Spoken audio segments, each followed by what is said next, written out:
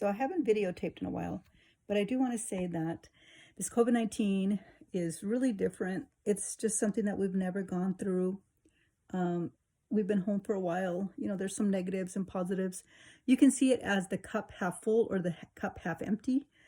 But of course, there's some tragedies that have happened through this COVID-19. I don't want to say that those aren't things that are really bad. They are really bad, and people are suffering and people have died and so forth. But I also want to mention that through this weird COVID-19 stuff, some good stuff has come out of it. It's just crazy, like, they say that animals are wandering in the cities or in towns, and there's less pollution. People are spending time with their kids and their families and being home more and enjoying other things. It's just interesting.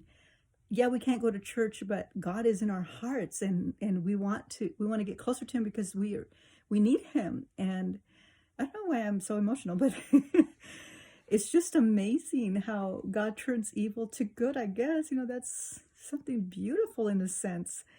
What the devil means for evil, God turns it into something wonderful, beautiful, and good. And so, just weird, this weird COVID-19. I miss the kids from work, but God knows why things happen, and he's going to turn it off for good.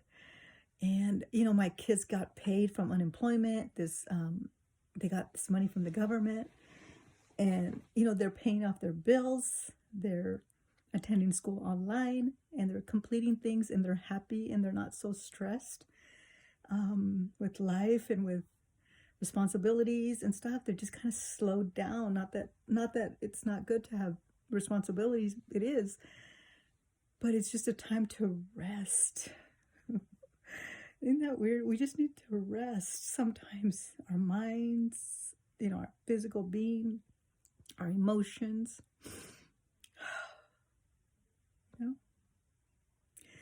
And the Bible does talk about 40 days, 40 days of fasting that Jesus fasted in the wilderness. He was tempted.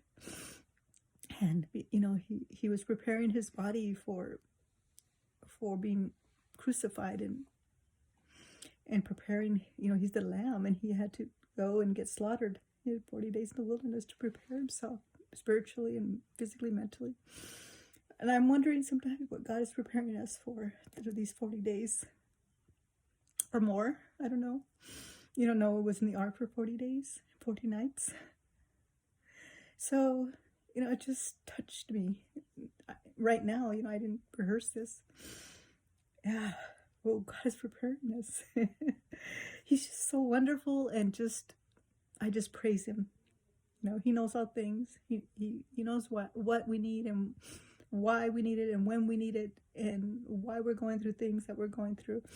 Maybe he's preparing us for the end times, for the tribulations, the tribulation time. And I don't know. I don't want to be here in the tribulation.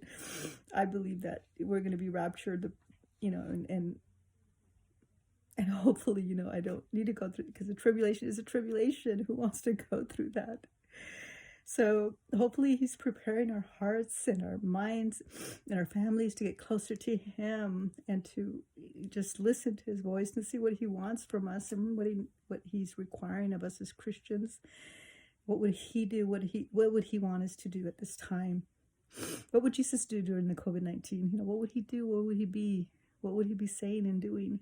How would he be reaching the lost and the people? Because our calling is to reach out to this world and build God's kingdom. And the only way we do that is to, with our voice, with the love that God has given us, and that love he gives us for humanity, because we want them to be saved, and we want ourselves to be, raptured with him and be with him one day. But, it's just not about just giving your life to God, but it's about being obedient to his word as well. And